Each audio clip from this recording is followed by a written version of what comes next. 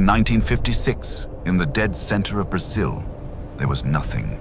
A vast, empty plateau of red earth and scrubland, 1,000 kilometers from the vibrant coastal energy of Rio de Janeiro.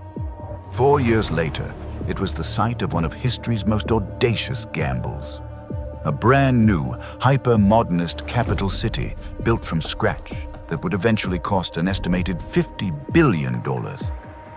This wasn't an ancient civilization laying the first stones of an empire. This was the 20th century, the age of the automobile, the television, the dawn of the space race, a time when nations were meant to expand their existing capitals, not abandon them for the wilderness. So why would a country do this? Why would it turn its back on its glamorous, world-famous capital, Rio de Janeiro, and pour its entire national treasury into the empty heart of the continent? This wasn't just an infrastructure project. It was a national psychoanalysis, an attempt to cure a centuries-old anxiety with concrete and steel.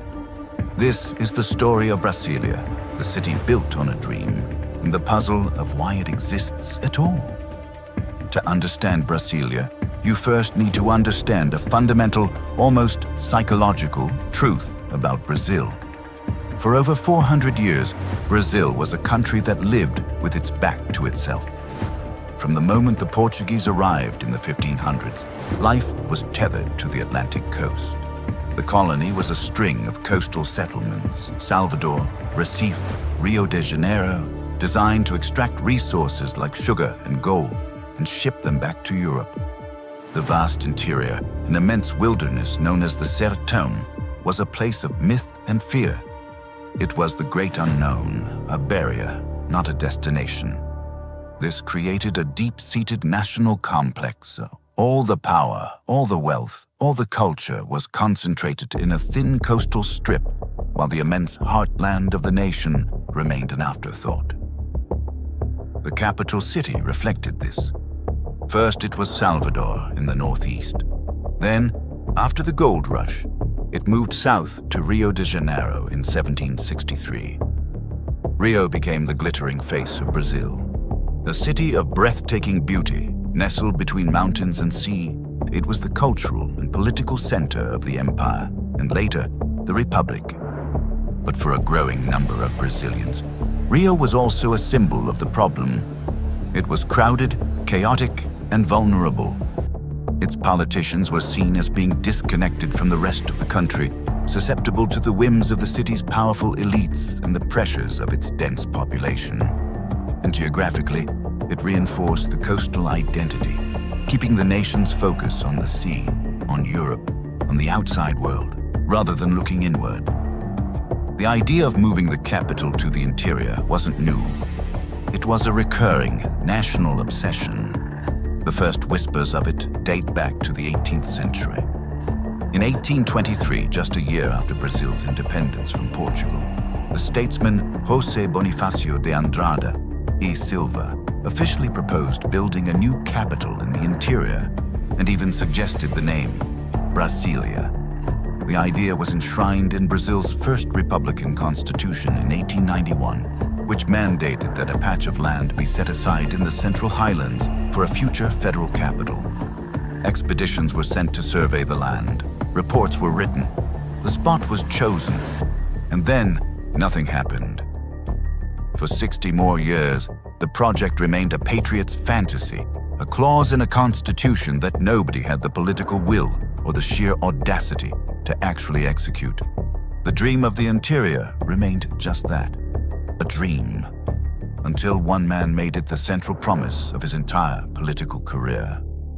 In 1955, during a presidential campaign rally, a candidate named Juscelino Kubitschek, known universally as JK, was asked a question from the crowd.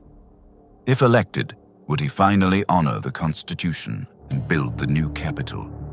It was a routine question, one that other politicians had dodged for decades. But JK, a charismatic and relentlessly optimistic doctor turned politician, gave a shocking answer. He declared without hesitation that he would. This was the moment the dream of Brasília became a plan. Kubitschek won the election on a whirlwind promise of 50 years of progress in 5. He was a developmentalist visionary, a man who believed Brazil's destiny was to become a modern, industrialized global power. And to him, the old coastal Brazil, symbolized by Rio, was holding the nation back.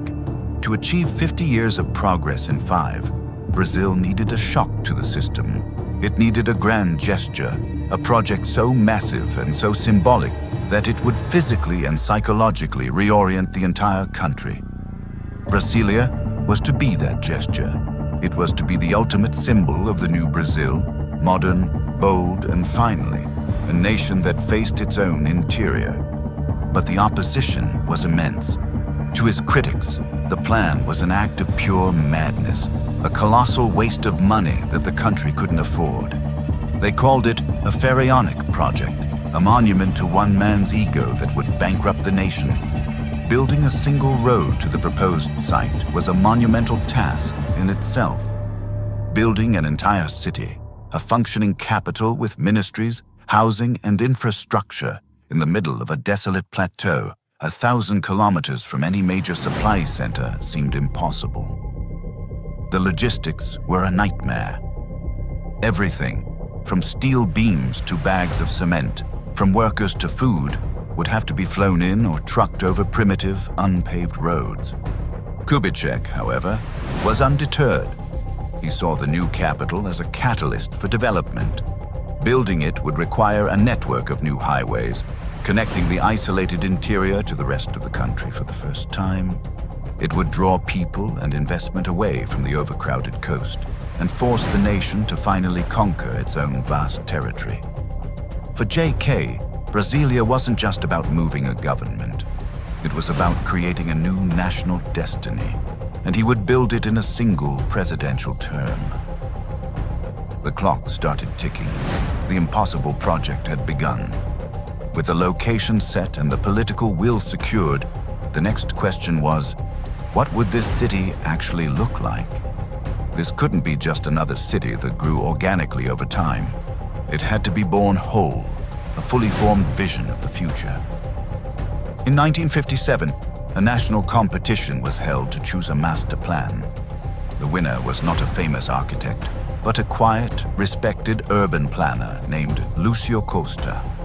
His submission was disarmingly simple, just a few sketches and a short text. Costa's design, which he called the plano piloto, or the pilot plan, was shaped like a bird or an airplane. It was a powerful symbol of a nation taking flight.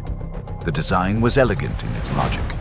The fuselage of the plane was a monumental axis, home to all the government buildings, ministries, and the National Congress.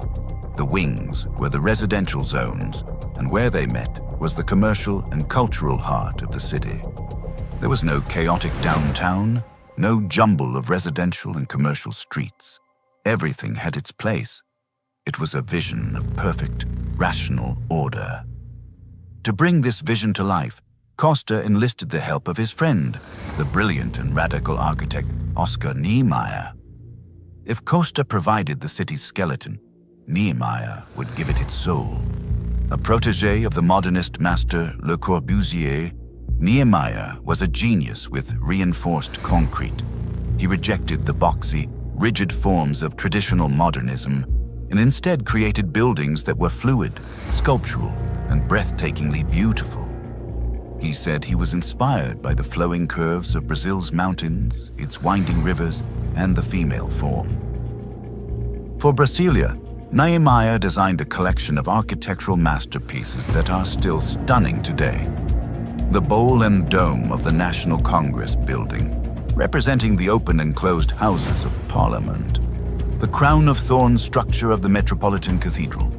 The elegant, arching columns of the Presidential Palace. These weren't just buildings. They were functional sculptures, concrete poetry rising out of the red earth. The residential wings were just as revolutionary. Costa designed them around the concept of superquadras, or superblocks. These were large, self-contained neighborhood units, each with its own school, shops, and cinema. They were designed to be low-rise, surrounded by green space and free from the noise and danger of traffic. The idea was utopian. It was an attempt to create a more egalitarian, community-focused way of living, free from the rigid class distinctions and urban chaos of Rio. Brasília was designed to be a city of the future, a rational, beautiful, and socially engineered paradise. The blueprint was drawn.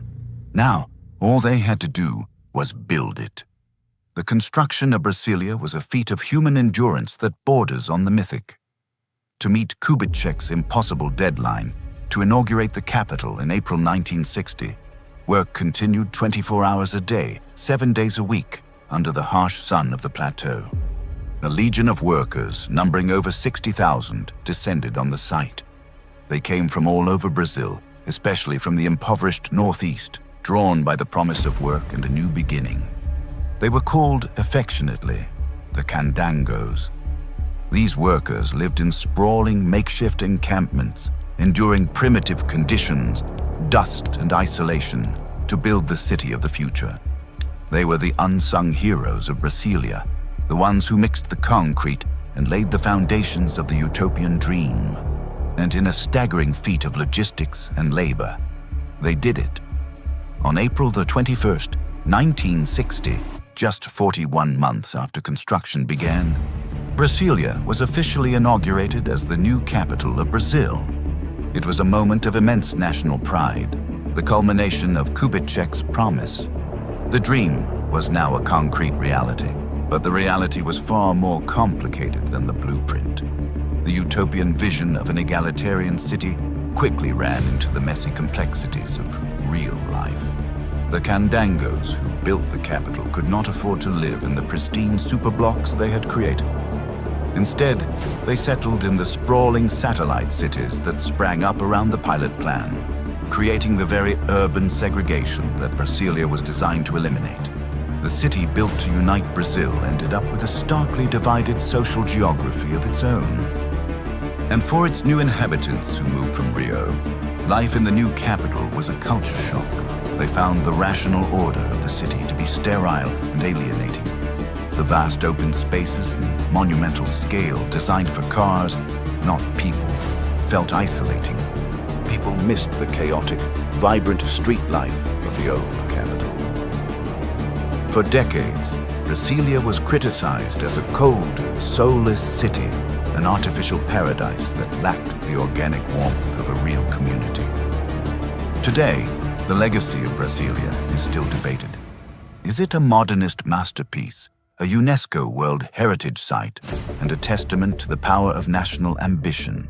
Or is it a failed utopia, a monument to flawed 20th century ideas about urban planning?